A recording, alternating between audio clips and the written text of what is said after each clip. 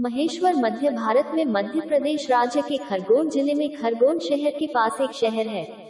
ये राज्य राजमार्ग 38 खरगोन शहर बरवाहा बांधेरी राजमार्ग पर स्थित है। राष्ट्रीय राजमार्ग 3 आगरा मुंबई राजमार्ग से 13.5 किलोमीटर पूर्व और राज्य की वाणिज्यिक राजधानी इंदौर से 91 किलोमीटर दूर है। ये शहर नर्मदा नदी के उत्तरी तट पर स्थित है। ये चक्रवर्ती सम्राट सहस्त्रार्जुन कार्तवीर्य अर्जुन हेहया राजा का राज्य था।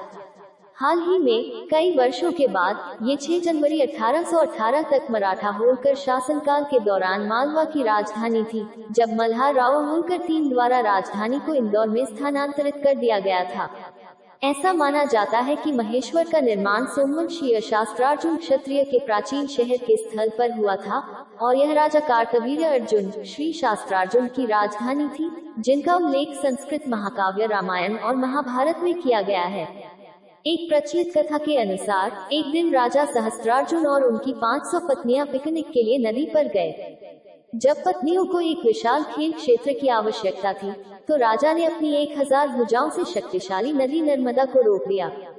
जब वे सभी आनंद ले रहे थे, रावण अपने पुष्पक विमान में उड़ गया। नीचे की ओर जब उन्होंने सूखी नदी का तल देखा, तो उन्होंने सोचा कि यह भगवान शिव की प्रार्थना करने के लिए एक आदर्श स्थान है। उसने रेत से एक शिवलिंग बनाया और प्रार्थना करने लगा। जब सहस्त्रार्जुन की पत्नियां खेल चुकी थीं और वे नदी तल से बाहर निकली, तो उन्होंने पानी को प्रवाहित कर दिया।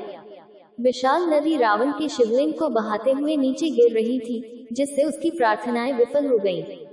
क्रोधित होकर रावण ने सहस्त्रार्जुन का पता लगाया और उसे चुनौती दी। अस्त्र शस्त्र से सुसज्जित शक्तिशाली रावण को बड़ा आश्चर्य हुआ। 1000 भुजाओं वाले महाबली सहस्त्रार्जुन ने रावण को जमीन पर गिरा दिया। फिर उसने 10 दीपक अपने सिर पर और एक अपने हाथ पर रखा। रावण को बांधने के बाद सहस्त्रार्जुन उसे घसीटकर अपने घर ले गया और अपने पुत्र के पालने की खूंटी से बांध दिया। अपमानित रावण तब तक बंदी बना रहा जब तक उसकी रिहाई सुनिश्चित नहीं हो गई। जमदग्नि ऋषि, रेणुका देवी और भगवान परशुराम, जिनके साथ कार्तवीर्य अर्जुन की कहानी निकटता से जुड़ी हुई है, भी पास में रहते थे। महाभारत में 3 एक असामान्य परंपरा का वर्णन है, जिसमें आर्यावर्त के बाकी हिस्सों के विपरीत महिष्मति में एक नागरिक संस्था के रूप में विवाह सार्वभौमिक नहीं था, जिसका वर्णन तेलुगु भाषा के आंध्र महाभारत में सभा पर्व में भी किया गया है। पौराणिक कथा के अनुसार नीला नाम का एक निषाद राजा था जो महिष्मति पर शासन करता था। राजा नील की एक पुत्री थी जो अत्यंत सुंदर थी, इतना कि अग्नि के देवता को उससे प्यार हो गया, जिसका बदला भी उसे मिला। राजकुमारी हमेशा अपने पिता की पवित्र अग्नि के पास रहती थी, जिससे वह अग्नि प्रज्वलित रहती थी, और राजा नीला की पवित्र अग्नि भले ही भड़काई गई हो, तब तक नहीं भड़कती जब तक कि उसके होठों की कोमल सांस से उत्तेजित न हो जाए। अग्नि ब्राह्मण का रूप धारण करके राजकुमारी के साथ देर तक प्रेमालाप करने लगता है। लेकिन एक दिन राजा को इस जोड़े का पता चला, जो क्रोधित हो गया। इसके बाद नीला ने ब्राह्मण को कानून के अनुसार दंडित करने का आदेश दिया। इस पर महाबली देवता क्रोध से जलने लगे और उस भयानक ज्वाला को देखकर राजा भयभीत हो गए और अपना सिर जमीन पर झुका लिया। राजा भगवान अग्नि की जय जयकार करते हैं और कहते हैं कि वह ऐसे देवता को दंडित नहीं कर सकते जो सभी ज्ञान और धर्म के स्रोत वेदों की उत्पत्ति के लिए जिम्मेदार है।